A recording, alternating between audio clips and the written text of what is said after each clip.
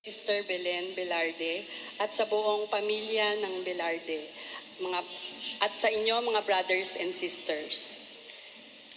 Ang aking pong patotoo ay isang pangyayari noong nakaraang 2 taon na po ang nakaraan, September 15, 2020. Nang ako po ay biglang nakaramdam ng isang panghihina na hindi ko halos maintindihan kung ano po ang aking sakit, kung saan nanggagaling ang sakit na nararamdaman ko.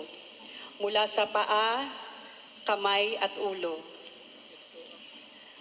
Pakiramdam ko, para po akong binubugbog na parang punong-puno ng bloke ng simento ang aking katawan, na parang hirap na po at nangihina na po. Pumapayat po ako at dumating po sa punto na ako po ay parang ang lubog na yung aking pisngi.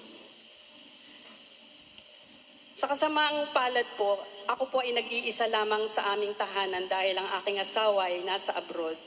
At kasama ko ang aking maliit na bunsong anak na 9 na taong gulang pa lamang siya.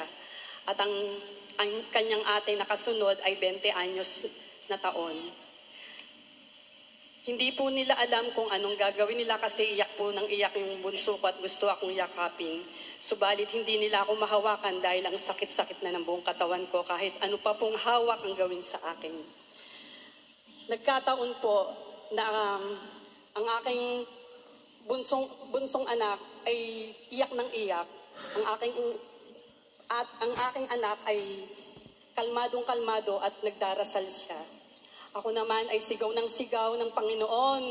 Ikaw lang ang aking Diyos. Ikaw ang aking Kristo na aking hari, na ikaw ang magbibigay sa akin ng kalakasan at kagalingan sa aking nararamdaman ngayon, Panginoon.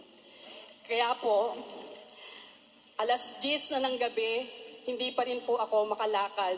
Ilang linggo na po akong nakahiga at inaalalayan na nakatayo na para tumayo at umupo. 12:00 ng gabi, iniwanan po ako ng anak ko. Tumawag po siya, hindi ko po alam kung saan po siya tumawag at biglang dumating ang ambulansya. Nung mga oras na yon, pandemic po, hindi po nila alam kung saan ako dadalhin. Inikot po ang buong Laguna ng Santa Rosa upang kung saan ako tatanggapin, subalit wala pong isa tumanggap sa Santa Rosa.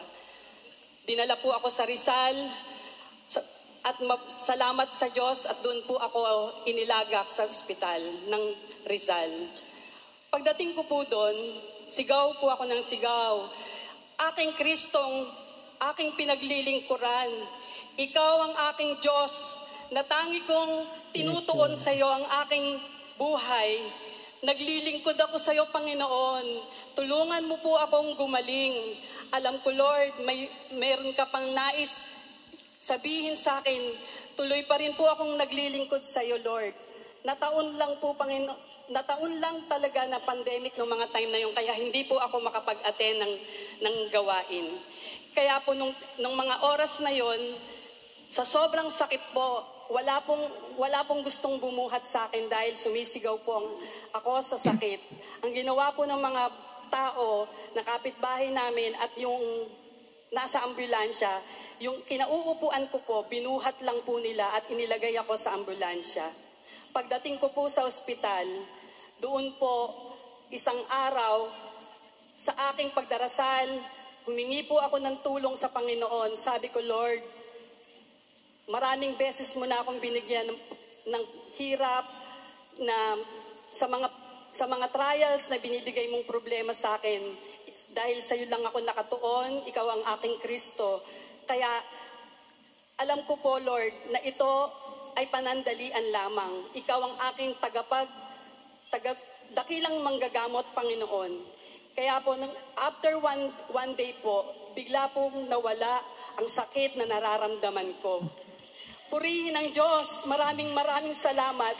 Subalit nung ako'y nilapitan ng doktor, tinanong ako kung anong hanap buhay ko nung mga nagdaang araw. Ang sabi sa akin, stress ang naging dahilan kung bakit nagkakaganyan ka. Sinabi ko po na ako po'y isang operation manager nung nakaraang taon. At punong-puno ako ng stress. Kaya po napilitan po akong nag-resign Nag-early retirement po ako at naglingkod na ako sa Kanya. Mula po noon, ako po, lahat po ng pagpapala at masasayang at buong pamilya ko po, ay ipinagkaloob niya po na sila po ay naglingkod dito sa El Shaddai. Maraming salamat po, Lord. Ngayon po ako'y nagtutuloy dahil sila po ay naghahanap buhay na kasama ng aking bunsong anak na naglilingkod sa Panginoon. Kaya patuloy kay Kristo lang tayo at siya lamang ang makakatulong sa atin sa lahat ng oras. Maraming salamat po. To God be the glory. Amen. Purihin. Praise the Lord. Purihin ang Panginoon. Amen. Amen. We are chosen. We are chosen. We are chosen. Sarap to. Thank God you. bless you. Thank you, Lord. Thank you, Jesus. Salamat sa Diyos. We are chosen. We are chosen. We are chosen. Amen. Amen.